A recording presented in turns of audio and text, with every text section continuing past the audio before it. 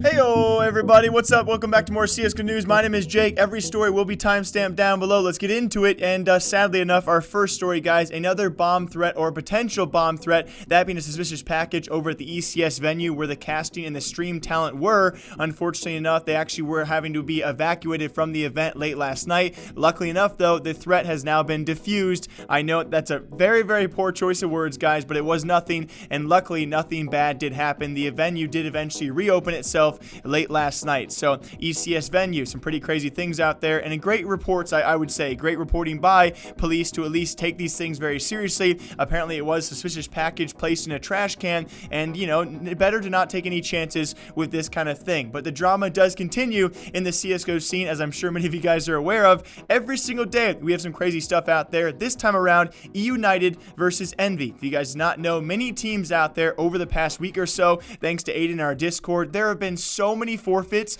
It's actually pretty crazy to see the amount of teams out there and TOs, tournament organizers, scheduling events and qualifiers at the same time. Who's to blame here? I don't know, because with so many events, it's hard to really align yourself with everyone else out there. But when it comes to a team actually overscheduling themselves, well, we had some issues between eUnited and Envy. As it was for the DreamHack Malmo qualifiers, and we actually had players from both teams, that being eUnited's Vanity alongside Leo Drunky from Sharks, apparently tweeting out and blaming Envy for forcing a forfeit between those two teams so Envy would grab the DreamHack Malmo spot. It was actually eUnited and Sharks set to play each other. The winner would actually go on to play Envy, and apparently both these teams, Vanity and Leo Drunky, were blaming Envy for forcing the forfeit, and they would get a free spot for that. Now, it was actually Nifty forced to reaction and actually kind of clarify the situation, and it seemed to be a pretty big miscommunication between the mediaries and both the teams, or all three teams, being involved. And apparently Envy did not want to force the forfeit, but they didn't actually want to reschedule either because, well, the situation needed to be explained. I'll show you guys a short clip of what Nifty did say, but apparently it was a miscommunication though, because Envy, they cleared their schedule for this event. They had this event only, and they were ready to play at set times. Then you had eUnited, who was playing multiple qualifiers, and because of a lack of scheduling between those two qualifiers, they wanted to reschedule these Malmo matches against a team like Envy. So it really, the question comes to you guys, who do you really blame here, if anyone, in this situation? You have one team who has cleared their schedule to play these qualifiers at their set times. They're ready to play, ready to go. You have another team who overscheduled themselves, and because of maybe a lack of scheduling, or because the organizers, the matches can get delayed for certain events, because you're playing too many qualifiers at once, you're then forcing some of the teams to reschedule to fit your schedule.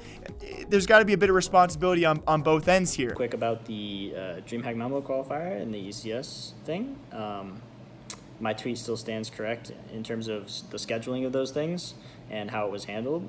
We do not think that it's a good idea for teams to think that they can be like ballers and play like games in 2 or 3 different competitions, and think that they can like just get away with it and let's just reschedule everything, because we did the proper thing where we dropped out of the ECS Pinnacle Cup to play the beginning days of the Malmo qualifier, so that we didn't have games colliding and we didn't have to have forfeit games left and right. So I'm not saying either side really deserves an amount of hate here, and because you can see, so for some people's angle, you see Envy, they didn't really have too much going on, right? They could have rescheduled these matches, but it's not up to Envy to reschedule their matches. When they were set and ready to play you at a certain time, they were ready to go because they themselves scheduled their tournaments and their qualifiers apart from each other, where they had a free schedule to do so. You cannot expect the team to bend their rules and bend their schedule for you because you overscheduled yourselves for multiple events like eUnited did. I don't think eUnited though deserves too much hate either, or Sharks, although they did tweet a bit early before knowing the full situation. You can imagine in the heat of the moment why a player would be upset if they thought a team like Envy was forcing them to forfeit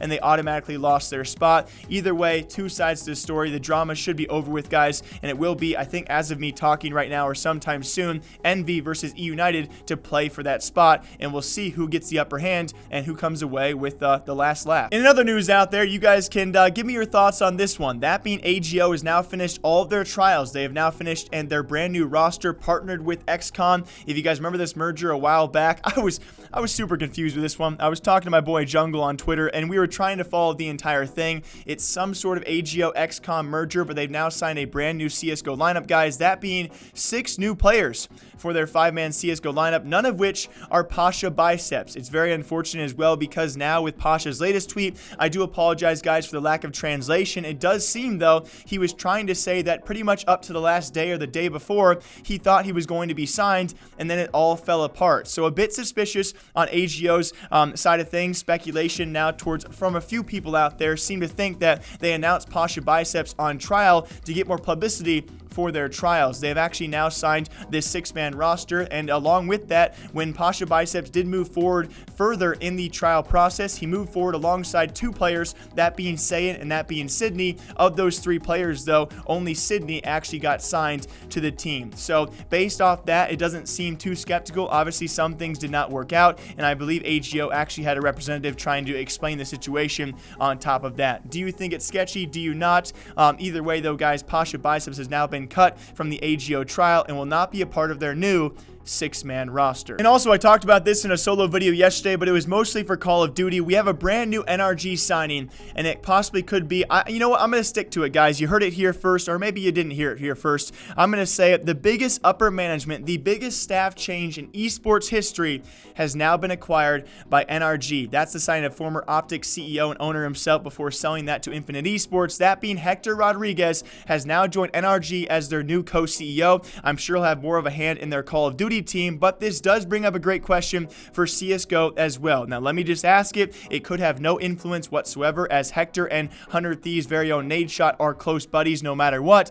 But with Hector now joining NRG and rejoining a lot of his former Optic guys on that current NRG CSGO roster, Gears of War team, potential future Call of Duty guys, Hector joining NRG will be seeing a lot of former Optic faces, you know, Tark being one of them, Stannis alongside him. So the question is, will they now let their CSGO roster go to Hector's buddy Nadeshot at 100 Thieves?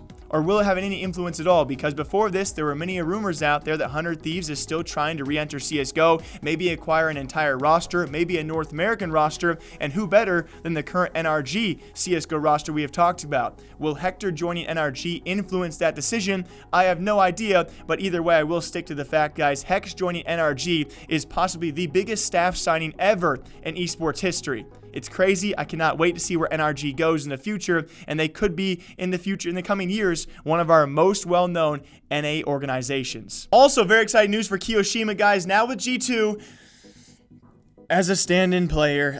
First reported by Ryan. I'll link his article down below because it was further confirmed today, guys. For ESL New York as well as IEM Beijing qualifiers, it will be Kioshima in place of Shox, which pretty much does guarantee Shox is going to Vitality, which is also pretty crazy in itself. Kioshima, well-deserved, man. Hopefully it will lead to something, although, as many of you guys probably do know, it likely will not. It seems that G2 is not going for Kioshima. He will be a stand-in, and they are more likely going for some crazier players. And very lastly, for all of you guys, I can never fit all the news I want to in the title, and it bothers me so much that I can only ever put so much in these CSGO titles because breaking news as this morning, guys, it's a smaller news out there. GamerLegion has now 16-0'd Heroic in their newer roster. They did so, though, with a former Heroic member as their stand-in, that being Freiburg, playing for GamerLegion, has now 16-0'd Team Heroic.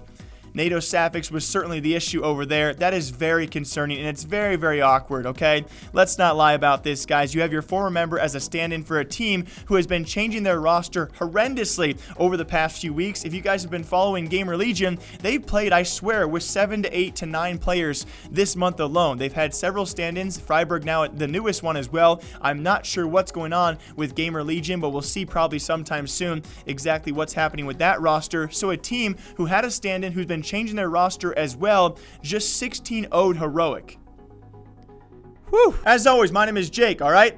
I'll see you guys back here sometime soon. Crazy esports news. Thank you all for subscribing. You guys are dope, all right? I'll see you back here sometime soon. Take care. Bye-bye.